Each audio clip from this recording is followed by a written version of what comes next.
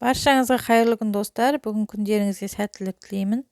Мен бүгін сіздерге дәмі өте керемет дәмді, әрі оңай дайындалатын шөбереке дайындап көрсететін боламын. Ол үшін бізге 450 грамм ұн, 130 грамм қайнаған су және ертілген 2 ас қасық сары май және жарты қасық тұз керек болады. Ұнымызды ыдысымызға салып, тұз бен ұнды араластырып аламыз. Суымызды құйып, қамыр елейміз.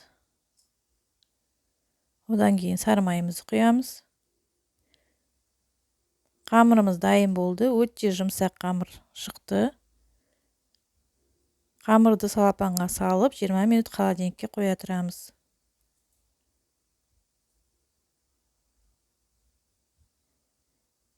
Енді салмасын дайындаймыз. Ол үшін бізге 300 грамм фарш керек. 1 дана пияз керек. Және қалауыңызша тұз бен бұрыш қосасыз. Салмасы құрғақ болмау үшін мен аз ғана су құйдым.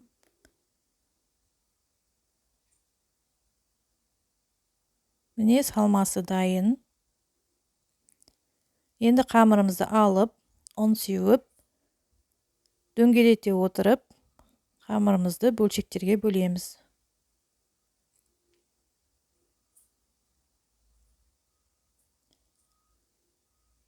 Бөлшектерге бөлінген қамырды осылай қолымызбен дөңгелетіп, реттеп аламыз. Енді оқтаудың көмегімен дөңгелек қылып жаямыз. Дөңгелек қылып жайылған қамырымызға бір шетіне салмасын салып, екінші шетінен бастырып, аузын жабамыз. Әдемі болу үшін шанышқымен осылай бастырып шықсаңыздар болады. Бұл және міндетті емес. Міне біздің шөберекеміз дайын. Осылай кезекпен кезек шөберекемізді дайындап аламыз.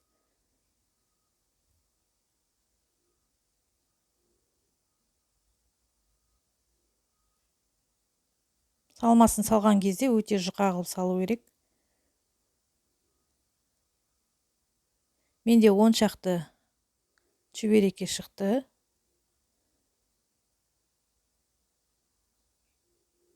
Артық жерін осылай кесіп тастасаңыз болады.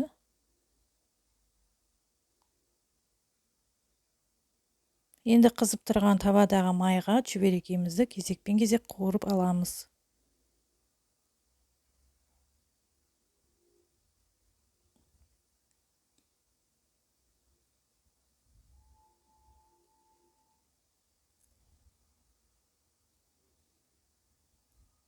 Міне біздің шөберекеміз дайын. Іші өте сочный болып шықты. Астарыңыз дәмді болсын достар. Дайындап көруге кеңес беремін.